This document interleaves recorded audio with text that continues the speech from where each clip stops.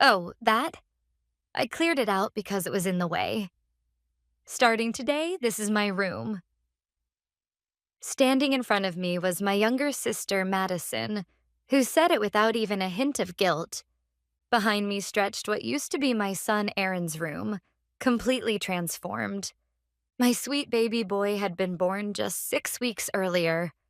Before he came into this world, I had poured my heart into creating a sanctuary just for him.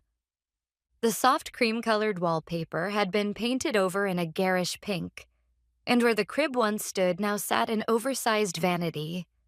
The space that my husband Joey and I had built with love for our son had been utterly destroyed and remade into my sister's territory. It all began with a single phone call, the one that confirmed my upcoming business trip to Los Angeles. I, Tracy, work as an architectural designer in San Francisco. Together with Joey and our newborn Aaron, we had just taken our first step toward a new future. Life since Aaron's birth had been filled with sleepless nights, but also with the weight and warmth of his tiny body in my arms. He was my treasure, something I would give my life to protect. Then, out of the blue, my company contacted me. The final competition for a major urban development project, one I had spent years pouring my soul into, was set to take place in Los Angeles in 2 weeks. And I was the project lead. It was undeniably the biggest opportunity of my career. However, I now have a newborn, Aaron. This can't be happening. Why now? It's too soon. I pleaded weakly over the phone. My boss tried to persuade me. Tracy, no one else can do this. This project is your baby, isn't it?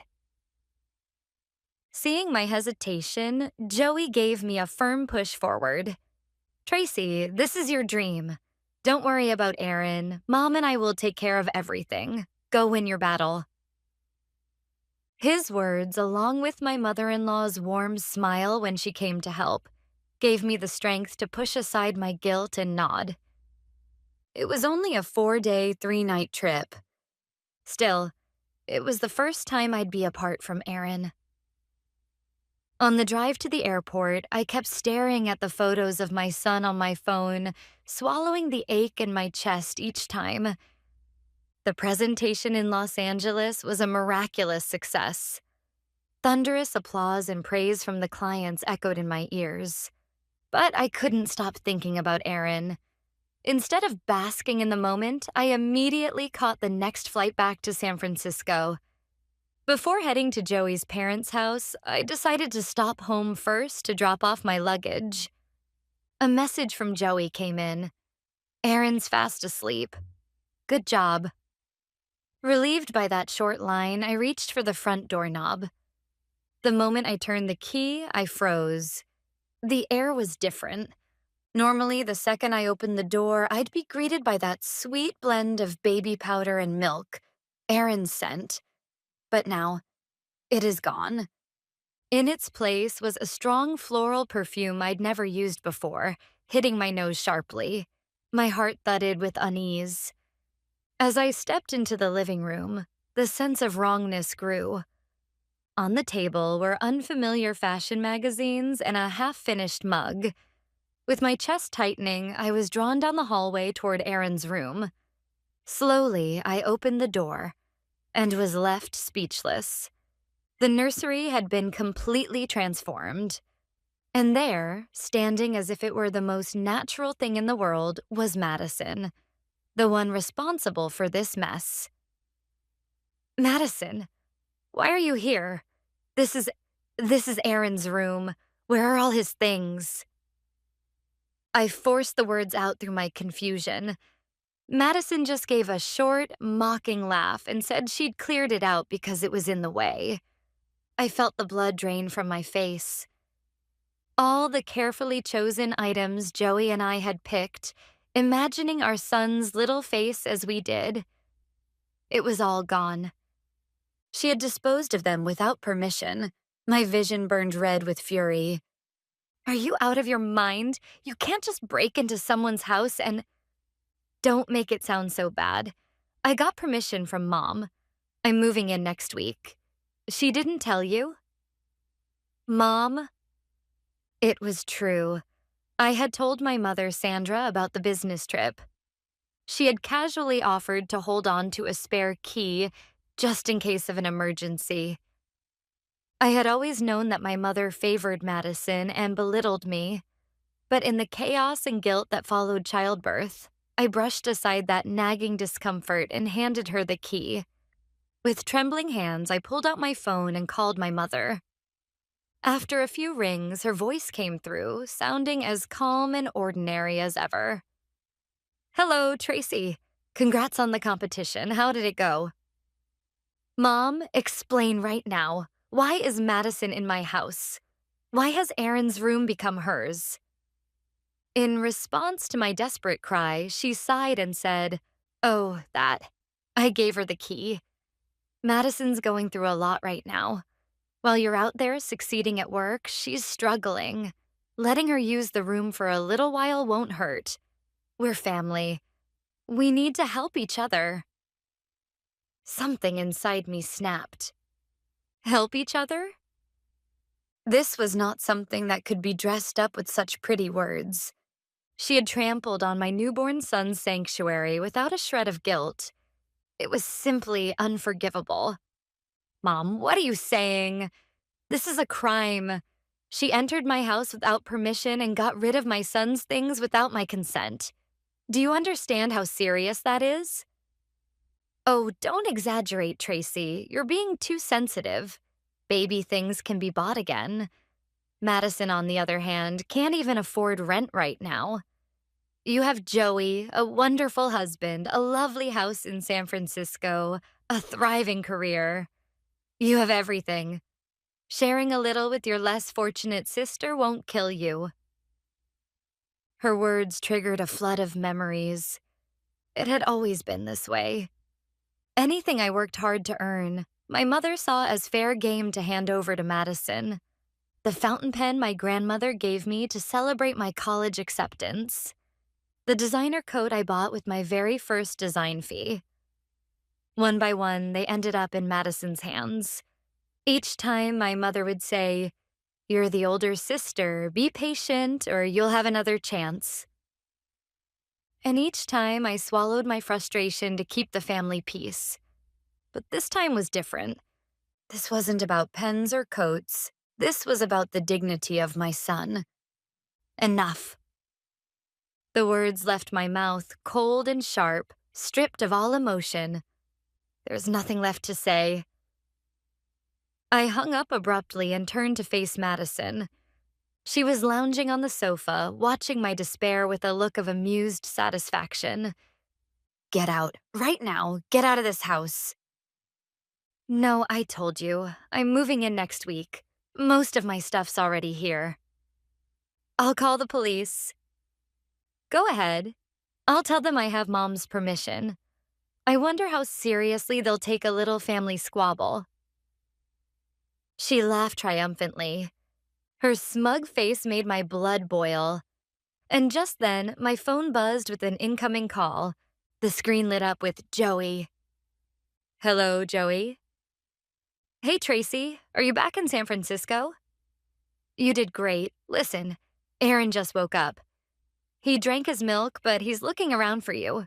Can you put me on speaker so he can hear your voice? Hearing my husband's gentle voice and Aaron's soft fussing in the background instantly cooled the raging fire in my head. Right. I'm his mother. My priority now wasn't hurling insults at the infuriating woman in front of me. It was getting to my son. Got it. I'll be there soon. I gave a brief reply and hung up the phone. Then I grabbed my handbag and turned my back on Madison. Oh, running away already. Behind me, I heard her mocking voice. I'm not running away. My son needs me, and honestly, I can't stand breathing the same air as you right now. But remember this, Madison. You will pay for what you've done. With that, I left the house that no longer felt like home. This wasn't retreat. It was a strategic withdrawal to prepare for my counterattack. But above all else, my son came first. With that thought, I hailed a taxi and headed to Joey's parents' house, where Joey and Aaron were waiting. The moment Joey opened the door and saw my face, his expression stiffened. "Tracy, what happened? You're pale. Aaron's just in the bedroom with Mom." Before Joey could finish his sentence, I buried my face in his chest and broke down in tears. The sobs poured out of me like a dam had burst. He didn't say a word. He just held me tightly and rubbed my back as I cried. In the living room, his mother handed me a warm cup of herbal tea, her kindness wrapping around me like a blanket. My voice was still trembling. I told them everything. About Aaron's room that had become unrecognizable. About the baby items that had been thrown away without permission. About how my mother and Madison had conspired together. By the time I finished, Joey's face was completely expressionless. But I could see it. That quiet, controlled anger burning deep in his eyes. He sat down beside me in silence and took my hand in his large, warm grip grounding me. "I see. So that's what happened. You went through all that alone. You did well, Tracy. It's okay now. From here on, I'll fight with you." His voice was gentle, but each word carried the weight of steel. His mother's lips trembled as she whispered, "How could they? This is unforgivable." Joey exhaled deeply and turned to me. "Tracy, if we let emotions take over, that's exactly what they want. We'll gather evidence so solid they won't be able to talk their way out of this." With that, he pulled out his smartphone. "Fortunately, our security system saves all footage to the cloud. Let's start by analyzing what they did." He opened the home security app connected to the cameras in our house. The system automatically recorded any detected motion and stored it in the cloud. We sat together on the sofa and started playing the footage from the time I was away. The images on the screen left us speechless. Just 1 hour after I'd left for the airport, Madison and my mother appeared on camera, lugging in large trash bags. They looked at each other and laughed loudly as if sharing some private joke. Then they began hauling out the crib rails and unopened boxes of toys from Aaron's room, treating them like garbage. The footage sped forward, showing the next day. Unfamiliar workers arrived, painting the walls and bringing in the vanity. Madison was clearly in charge, giving instructions like the lady of the house. Occasionally, she and my mother were seen sipping tea together, laughing as if this were their grand project. In those recordings, there is no trace of me or my son. We simply didn't exist in their minds. This wasn't some impulsive act. It was a meticulously planned takeover of our home, executed by my mother and sister while I was away. When the video ended, Joey muttered quietly, "I won't forgive them. Ever." It was the lowest, most furious tone I had ever heard from him. I felt the exact same way. My sadness had long since burned away, leaving only cold determination. Joey began backing up all the crucial security footage to his computer. Beside him, I scrolled through Madison's social media. What I found went far beyond what I'd imagined. 2 weeks until D-Day. Everything's ready to take over my sister's castle. She got crazy after giving birth and she's going on a business trip. So hilarious. I wonder how I should get rid of all that baby junk. LOL. High-end baby gear sells for a good price. Gonna treat myself to a new bag with the extra cash. Isn't the pink wallpaper so cute? This is my room now. I can already picture her devastated face. Each post documented the progress of her plan, dripping with arrogance. This wasn't just some messy family drama. It was a calculated, malicious act. a crime in plain text. The post started 2 weeks before my trip was even confirmed. The moment she learned about it, Madison began plotting this invasion. And when I saw my mother, Sandra, had liked one of the posts, I let go of any last illusion I had about blood ties. Joey, look. He calmly screenshot every single post, then squeezed my hand tightly. Good job, Tracy. This is perfect. There's no way they can talk their way out of this now. We had the evidence, security footage, undeniable evidence from social media, unshakable proof that this was a premeditated act of unlawful entry, vandalism, and theft. Tracy, tomorrow morning we're going back to the house. We're going to throw Madison out, Joey said, gripping my hand firmly. But not just throw her out, he continued, a new plan already forming in his eyes. I held my breath as Joey laid out the flawless plan. All right, Joey, I'll do exactly as you say. Good. This isn't about revenge. This is about protecting our family and Aaron's future. That night in the guest room his mother had prepared for us, I lay beside Aaron for the first time in what felt like forever. Watching his tiny, peaceful face as he slept, I made a silent vow. I would do whatever it took to protect this child's future. The next morning, we left Aaron in Joey's mother's care, then quietly got into the car and drove toward our house. When we arrived, Joey met my gaze and gave a firm nod. Ready? Yes. I took a deep breath and just as planned, started the voice recording app on my phone. Joey opened the door quietly and we stepped inside. There she was, Madison, sitting on the living room sofa, eating breakfast while watching TV. When she saw us, she didn't even look surprised. Instead, she smirked. Oh, you're back. Perfect timing. Can you take out that trash for me? That was my cue. I pressed the call button on my phone. The number was, of course, the police. Hello, police. I need help. There is an intruder in my home. The calmness in my voice was enough to make Madison's confident expression falter for the first time. What? You actually called the police? Yes, I did. I hung up and pointed my phone at her. I told you, I'd make sure you pay for what you've done. Don't be ridiculous. I have Mom's permission.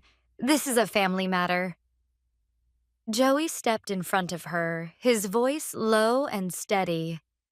We recorded everything you did here. The security cameras saw it all. He pulled out his phone and cast the footage onto the living room monitor. There it was.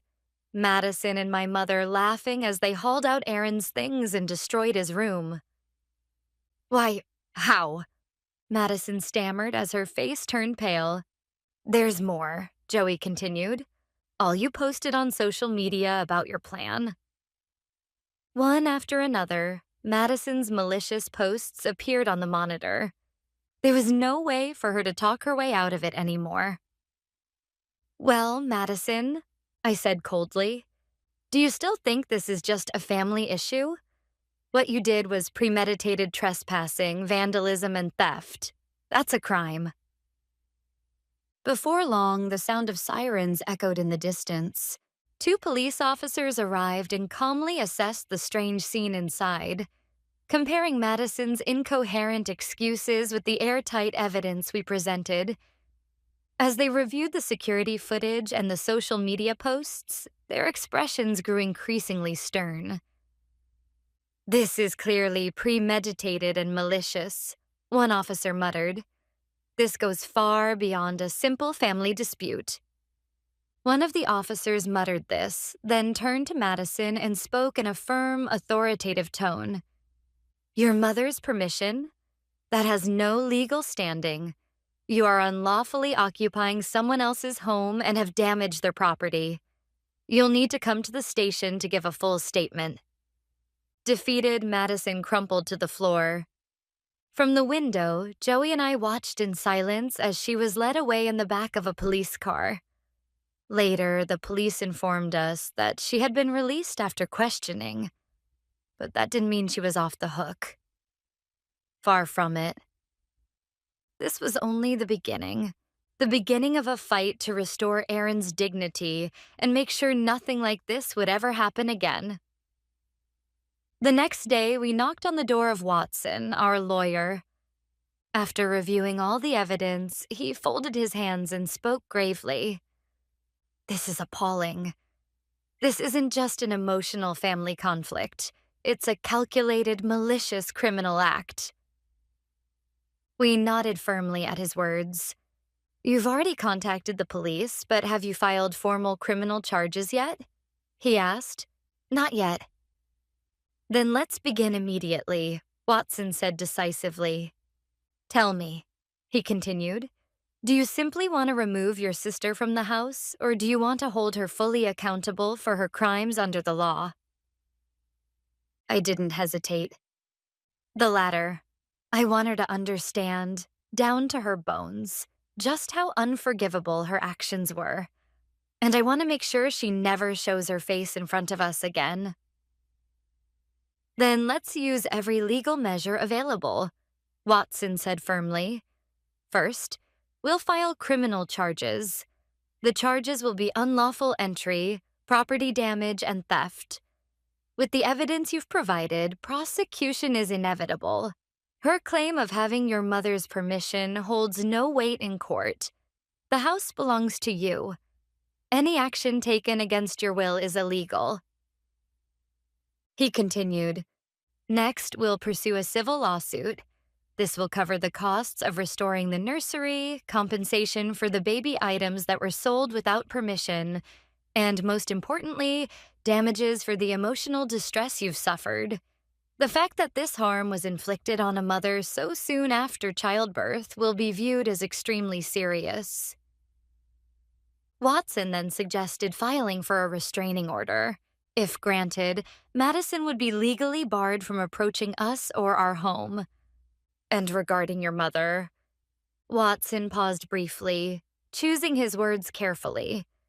"The fact that she handed over the spare key could be considered aiding and abetting your sister's crimes. Legally speaking, it's possible to charge her as an accomplice.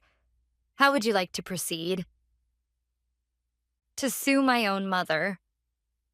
The weight of those words made my heart waver for just a moment. She was, after all, my only mother. But the image that flashed through my mind was the security footage. Her laughing alongside Madison as they hauled away my son's things like trash. "Please do it," I said, forcing the tremor out of my voice. "I want her charged as an accomplice. She must be held accountable for what she's done." Joey squeezed my hand tightly, his warmth silently telling me, "You're doing the right thing." By the time we stepped out of the law office, every trace of hesitation in my heart had vanished. What lay ahead would be a painful battle, a severing of blood ties. Many people would probably call us cold or accuse us of being heartless for taking legal action against our own family members. But that didn't matter. I'm a mother, and as a mother, I will protect my son from any form of malice, even if I have to stand alone to do it. Thanks to Watson's swift action, the legal process moved with astonishing speed. The criminal complaint was officially accepted, and both Madison and my mother received formal summonses from the police. That night, my phone rang loudly. The name flashing on the screen was my mother's. I declined the call once. Seconds later, it rang again. Relentless, I answered. This was a ritual, a necessary final step. "Hello? Tracy, what have you done? The police contacted me. You filed charges against me and Madison? How could you?" Her voice was exactly as I expected, hysterical. "I simply told the truth. You both committed crimes, and now you'll be judged by the law. That's all there is to it." Crimes. Helping family is a crime now? We're family, Tracy. We're mother and daughter. How could you do something so cruel? Family. I let out a cold laugh. Do you really have the right to use that word? You destroyed your newborn grandson's room without hesitation. You shredded my heart to pieces. And now you want to talk about family? Madison isn't to blame. She was desperate. She was just jealous that you have everything. You should forgive her. I won't. My voice was low, steady, and utterly unwavering. I have no reason to forgive. You both crossed a line that can never be uncrossed. Please, I'm begging you. Withdraw the charges. If this goes on, Madison could end up in prison. Please, Tracy, I'm begging you. Her sobs echoed through the receiver. The old me might have faltered at that sound. I might have swallowed everything to keep the peace. But I wasn't that woman anymore. In my arms, my son Aaron slept peacefully. I was his mother. I said clearly, gathering the last of my strength, "Don't worry, Mom. Madison will go to prison. That's the natural consequence of the crimes she committed." Then I added, "And listen carefully. Anyone who destroys my newborn son's sanctuary is no longer family. Not Madison. Not you. Don't ever appear in front of me again. Goodbye." I ended the call and turned off my phone. Joey pulled me into a firm embrace without saying a word. No tears came. It was over. For real this time. A few weeks later, we received official notification from the court.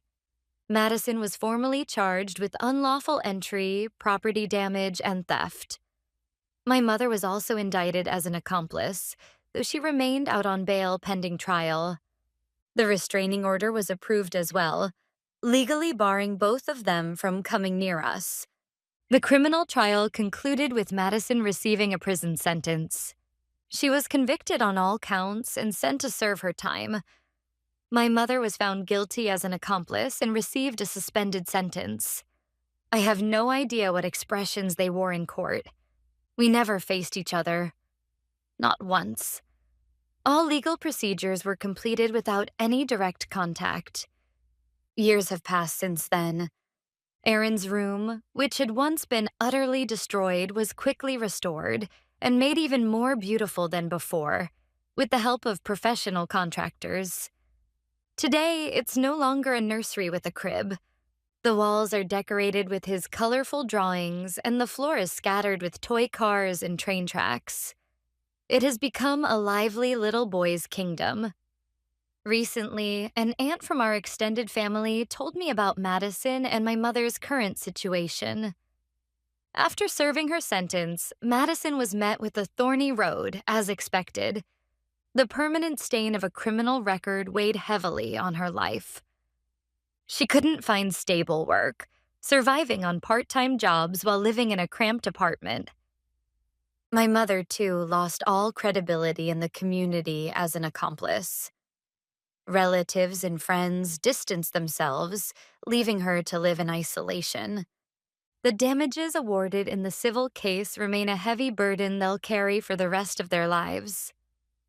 Hearing all this, my heart felt strangely calm. No joy, no pity, just a distant sense, as if these events belonged to another world entirely.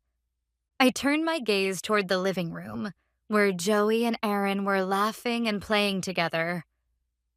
Watching them, I thought, from the depths of my heart, blood ties alone do not define family.